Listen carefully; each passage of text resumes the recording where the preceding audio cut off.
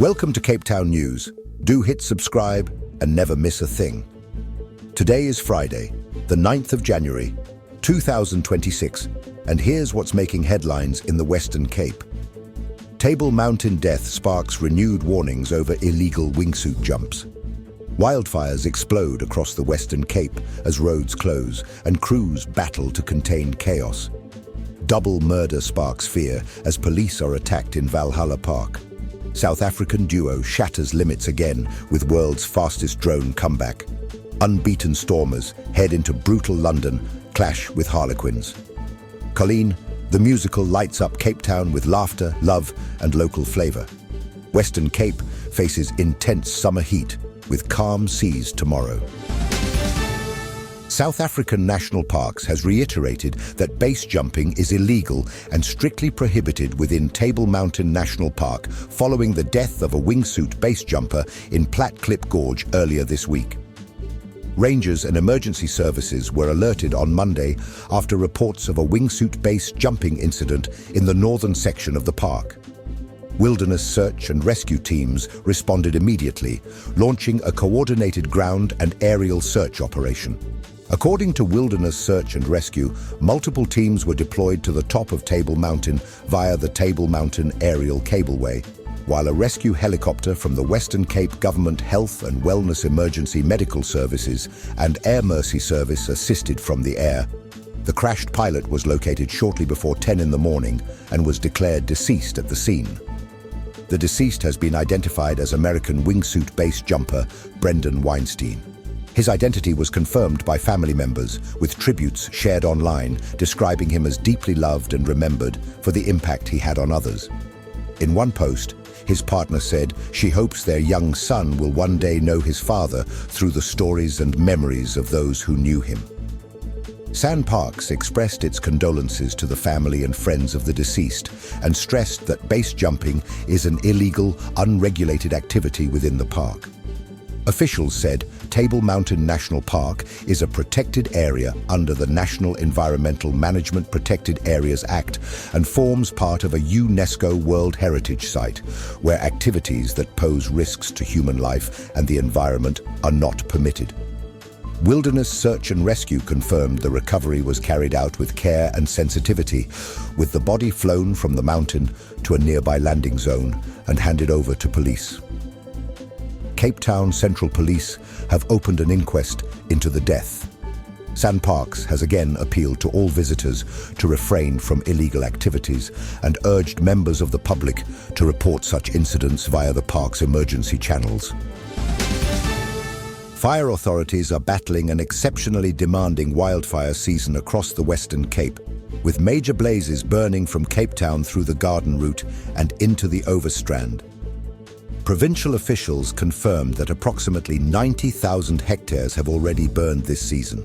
38 aerial firefighting missions have been authorized, with more than 15 million rand spent on aerial support alone.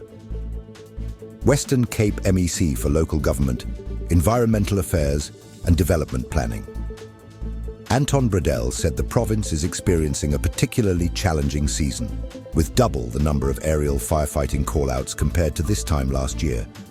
He warned that forecasts from the South African Weather Service indicate continued hot and dry conditions, which could extend the fire season beyond March. One of the largest active fires is burning in the Kuurboom Soetkraal area within the Tsitsikamma section of the Garden Route National Park. Believed to have been caused by lightning, the fire is burning in extremely remote terrain managed by South African national parks. Firefighting teams are using a containment strategy aimed at keeping the blaze within predetermined management zones. In Cape Town, firefighters responded to a fast-moving fire above Fresnay near Kloofnek, with strong winds complicating efforts.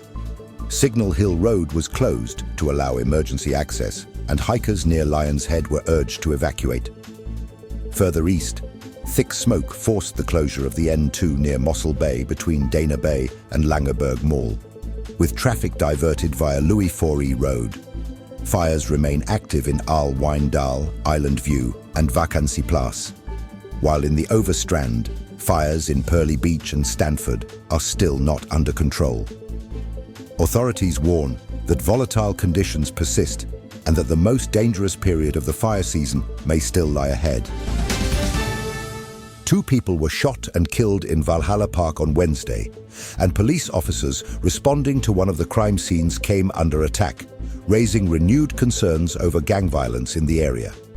The first fatal shooting occurred in Achtstelaan, followed by a second in Hilde Crescent. According to the Bishop Levis Crime Prevention Forum, information suggests the second shooting was a retaliatory attack linked to an ongoing turf war, intensifying fears that violence in the area is escalating rapidly. While police were attending the Achtstelaan crime scene, law enforcement officers were targeted by attackers. No officers were injured during the incident, but the attack has been described as a serious escalation, placing responders and bystanders at significant risk. Forum chairperson Graham Lindhorst condemned the attacks in the strongest terms and called on residents to assist police with information that could lead to arrests. He warned that shootings have become a near-daily occurrence, not only in Valhalla Park, but across the broader precinct. Community leaders say residents are living in fear, with gunfire disrupting daily life and placing children, commuters, and families in danger. Calls have intensified for increased visible policing, targeted gang interventions, and sustained law enforcement presence to stabilize the area before further lives are lost. The forum has urged the South African Police Service to take decisive action and appealed to residents to break the cycle of silence, stressing that community cooperation remains critical to restoring safety. A South African father and son have once again claimed the Guinness World Record for the world's fastest battery-powered quadcopter, reclaiming the title for the 3rd time in just 2 years and reinforcing the country's reputation for innovation and engineering excellence. Luke Bell and his father Mike have spent more than 2.5 years building, testing and refining high-speed drones, repeatedly returning to the drawing board after international rivals temporarily claimed the record. Each setback became motivation to improve design, aerodynamics, and performance.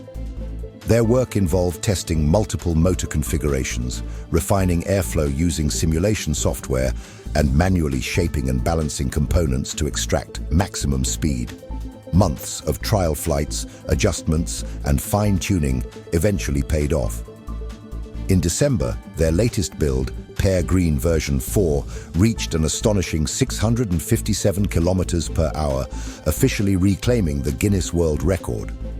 The achievement places the South African duo ahead of competitors from Switzerland and Australia in a fiercely contested global field. While rival engineers have already hinted at future attempts to push speeds even higher, the Bells say the journey has been as rewarding as the record itself. Their success highlights not only technical skill, but persistence, family collaboration, and a willingness to keep pushing boundaries. The Stormers are preparing for what they expect to be a physically brutal encounter against Harlequins when the sides meet in their Investec Champions Cup clash in London on Sunday. Despite Harlequins struggling in Premiership rugby this season, Stormers forwards coach Rito Hlungwane says his side is not underestimating their hosts, particularly given the challenge of playing away from home in unfamiliar and colder conditions. The Stormers arrive in London on the back of a 10-match winning streak across all competitions and currently sit top of the United Rugby Championship table. They also share top spot in their Champions Cup pool, positioning themselves strongly for progression to the knockout stages. Hlungwane said the expected cold weather at the Twickenham Stoop will likely influence tactics, with a greater focus on forward dominance, structured play, and tactical kicking rather than expansive attacking rugby. He expects intense battles in the scrums and mauls, noting that Harlequins are traditionally difficult to play at home. While squad rotation is anticipated, the Stormers believe their cohesion and preparation will allow them to deliver another competitive performance as they aim to protect their unbeaten run. Colleen The Musical continues its run at the Pam Golding Theatre this weekend, offering Cape Town audiences a lively and relatable musical comedy from one of South Africa's most recognizable voices, Mark Lottering. Set in the fast-paced world of supermarket cashiers and everyday routines, the story follows Colleen the cashier, whose carefully guarded rules about love are tested when romance unexpectedly enters her life. The production blends humor with warmth, reflecting familiar experiences in a way that resonates with local audiences.